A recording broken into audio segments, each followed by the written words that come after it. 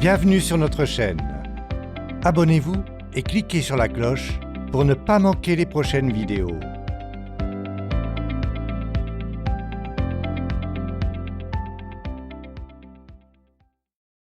Quand vient le temps de travailler avec les gens, le cœur passe avant la tête. C'est vrai si vous vous adressez à une foule dans un stade, si vous dirigez une réunion d'équipe ou si vous tentez d'avoir une conversation avec votre conjointe.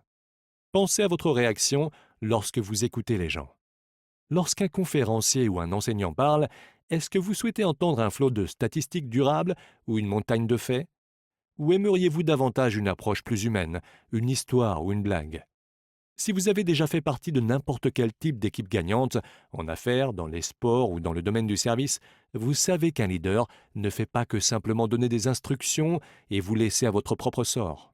Non, il ou elle établira un vrai contact au niveau des émotions avec vous. Pour que les leaders soient efficaces, ils ont besoin de connecter avec les gens. Pourquoi? Parce que vous devez d'abord toucher le cœur des gens avant de leur demander un coup de main. C'est la loi du contact. Tous les grands leaders et communicateurs reconnaissent cette vérité et le font presque instinctivement. Vous ne pouvez mobiliser les gens à agir avant de les avoir mobilisés avec émotion. Frédéric Douglass était un orateur hors pair et un leader afro-américain du XIXe siècle. Il est dit de lui qu'il avait une capacité remarquable d'établir un contact avec les gens et de toucher leur cœur quand il parlait. L'historien Lyron Bennett dit de Douglass: il arrivait à obtenir que les gens se moquent d'un négrier prêchant les devoirs de l'obéissance chrétienne.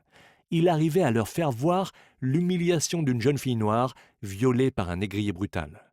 Il arrivait à leur faire entendre les sanglots d'une mère séparée de son enfant. À travers lui, les gens pouvaient pleurer, maudire et ressentir. À travers lui, ils arrivaient à vivre l'esclavage. Le grand communicateur. Établir un contact avec les gens n'est pas quelque chose qui doit seulement se passer quand un leader communique à des groupes. Il faut que cela se passe avec des individus. Plus la relation et le contact avec les individus sont forts, plus il y a de chances que le suiveur ait envie d'aider le leader. C'est un des principes les plus importants que j'ai appris à mon personnel au cours des années. Les gens ne s'intéresseront pas à tout ce que vous savez, jusqu'à ce qu'ils sachent à quel point vous vous intéressez à eux. Mes employés n'en pouvaient plus de m'entendre le répéter si souvent, mais ils savaient néanmoins que c'était la vérité. Vous développez votre crédibilité avec les gens quand vous établissez un contact avec eux et que vous leur montrez que vous désirez réellement les aider. Vous obtiendrez d'eux une réponse naturelle et leur désir de vous aider. Un excellent exemple d'un leader capable d'établir un contact avec des individus et avec un auditoire nous vient de l'ancien président Ronald Reagan. Sa faculté de créer des liens avec un auditoire est manifestée par le surnom qu'on lui a donné quand il était président, le grand communicateur. Mais il avait également la faculté de toucher les cœurs des individus qui lui étaient proches. L'ancienne rédactrice de discours de Reagan, Peggy Noonan, dit que, lorsque le président revenait à la Maison-Blanche après de longs voyages et que le personnel entendait l'hélicoptère atterrir sur la pelouse, tout le monde s'arrêtait de travailler et un des membres du personnel, Donna Elliott, avait l'habitude de dire « Papa est de retour ». Ils avaient hâte de le voir. Certains employés redoutent l'arrivée de leur patron. Le personnel de Reagan se sentait plutôt encouragé par sa présence, car il savait établir une connexion avec eux. Établissez un contact à la fois. Une clé pour établir un contact est de reconnaître que, même dans un groupe, il faut que vous établissiez des relations avec les gens en tant qu'individus. Le général Norman Schwarzkopf fit la remarque suivante. J'ai vu des leaders compétents qui se tenaient face à une section, et tout ce qu'ils voyaient, c'était une section. Mais les grands leaders se tiennent devant une section et la voient composée de 44 individus, chacun d'eux ayant des aspirations, chacun d'eux voulant vivre, chacun d'eux voulant faire le bien. J'ai eu l'occasion, au cours de ma carrière, de m'adresser à des auditoires formidables. Les plus importants ont été dans des stades remplis par plus de 60 000 personnes.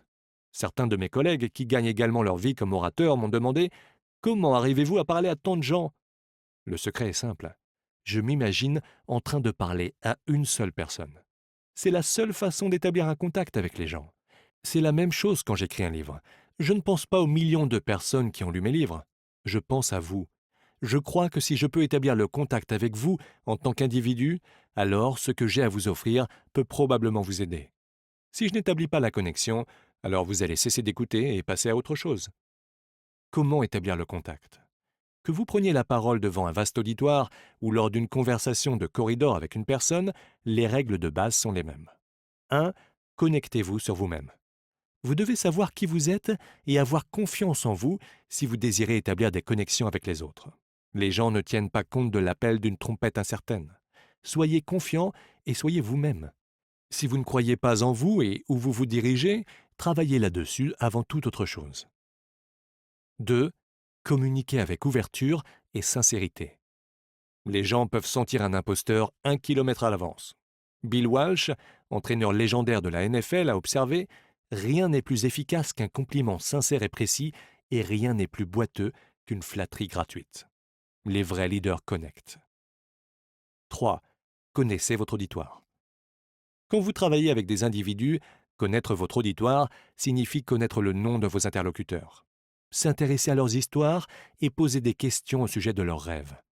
Quand vous vous adressez à un auditoire, vous apprenez à connaître l'organisation et ses buts. Vous voulez leur parler de choses qui les intéressent, pas seulement de ce qui vous intéresse.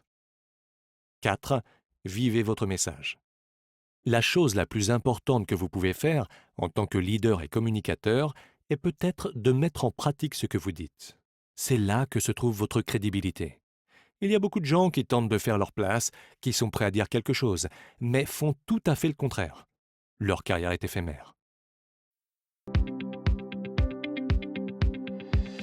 Chers auditeurs, n'oubliez pas de vous abonner à la chaîne pour ne pas manquer les nouvelles vidéos.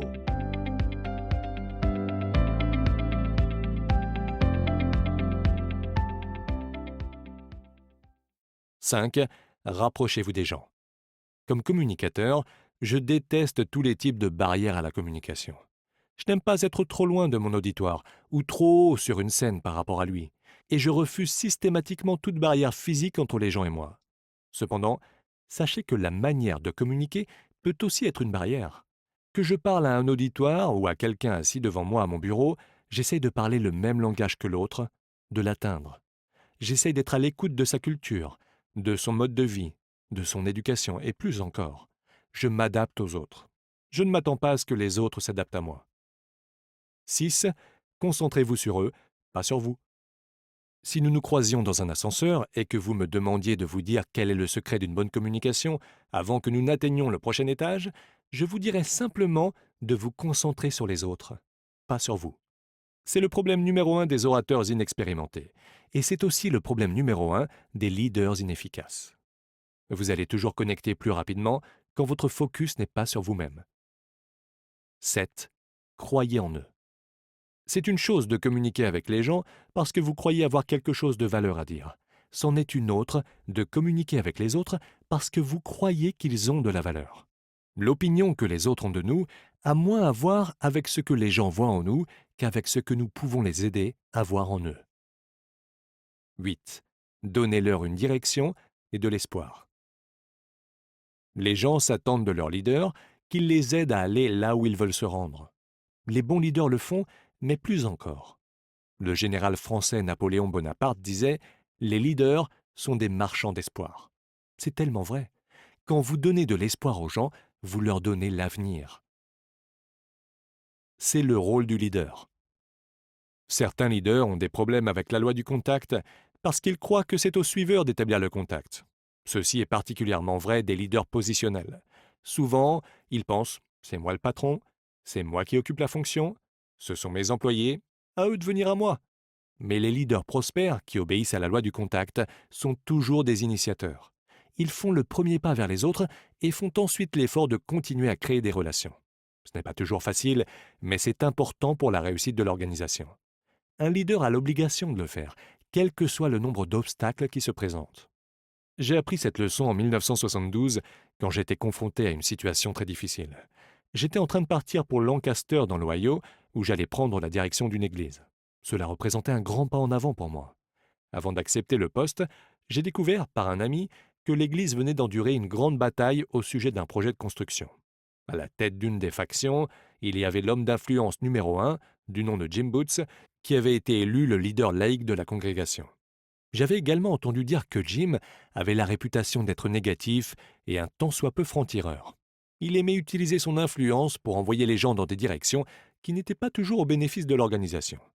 Parce que le précédent pasteur principal avait plus d'une fois eu des prises de bec avec Jim, je savais que ma meilleure chance de réussir dans mon leadership était d'établir un contact avec lui, autrement j'aurais toujours des conflits avec lui. Si vous voulez que quelqu'un soit de votre côté, n'essayez pas de le convaincre, établissez un contact avec lui. C'est ce que j'ai été déterminé à faire. Donc, la première chose que j'ai faite en arrivant a été de fixer un rendez-vous avec lui à mon bureau. Jim était grand et fort.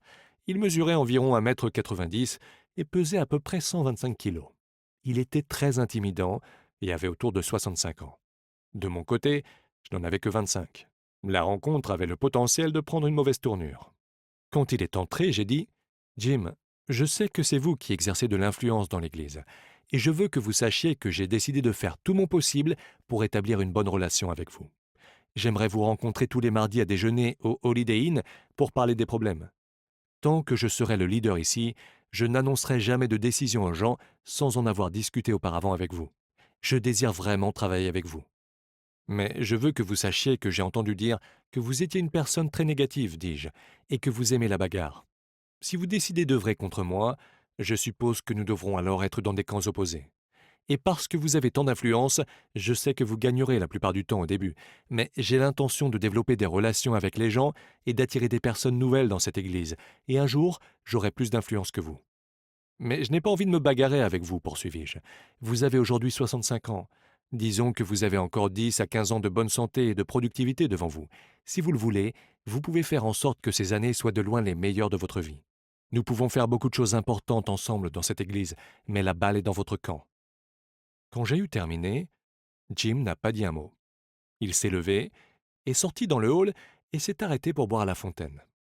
Je l'ai suivi et attendu.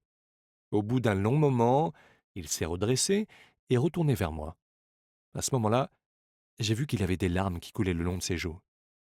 Puis il m'a serré très fort dans ses bras et dit « Vous pouvez compter sur moi pour vous soutenir. » Et Jim m'a soutenu. Il se trouve qu'il a vécu encore 10 ans, et parce qu'il était disposé à m'aider, nous avons accompli des choses positives, ensemble, dans l'Église. Mais cela ne se serait jamais produit si je n'avais pas eu le courage de tenter d'établir un contact avec lui dans mon bureau le premier jour de mon arrivée.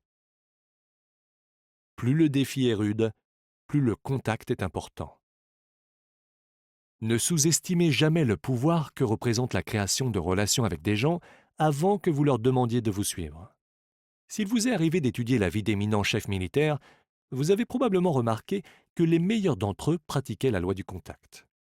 J'ai lu une fois que pendant la Première Guerre mondiale en France, le général Douglas MacArthur dit à un chef de bataillon, avant un assaut audacieux, « Commandant, quand le signal sera donné de monter à l'assaut, je veux que vous y alliez en premier, avant vos hommes. Si vous le faites, ils suivront. » Puis MacArthur décrocha sa Distinguished Service Cross de son uniforme et épingla la médaille sur celui du commandant.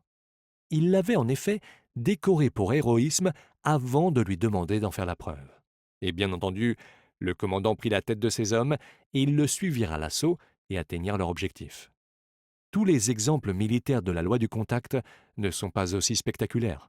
Par exemple, on dit que Napoléon se faisait un point d'honneur de connaître chacun de ses officiers par son nom et de se souvenir où il vivait et dans quelle bataille il avait combattu avec lui. Robert E. Lee avait la réputation de rendre visite aux hommes dans leur campement la nuit précédant une bataille importante. Il était souvent confronté au défi du lendemain sans avoir dormi. Plus récemment, j'ai lu comment Norman Schwarzkopf trouvait le moyen d'établir un contact avec ses troupes. Le jour de Noël 1990, pendant la guerre du Golfe, il passa la journée au milieu de ces hommes et femmes qui étaient si éloignés de leur famille. Il dit dans son autobiographie « J'ai serré la main de tous ceux qui étaient dans la file.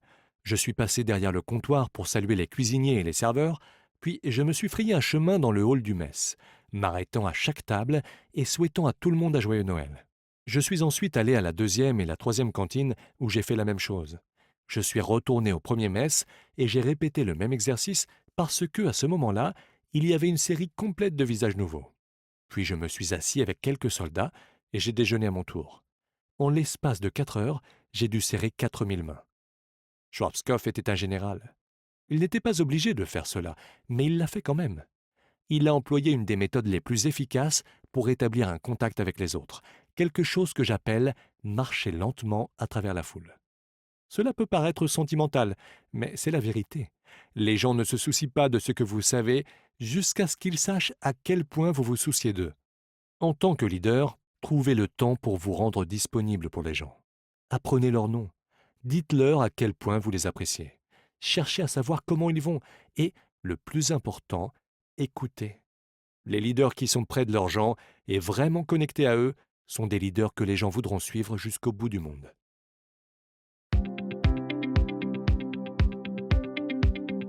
Nous espérons que vous avez aimé la vidéo. Vous pouvez écouter la version intégrale du livre en suivant le lien dans la description.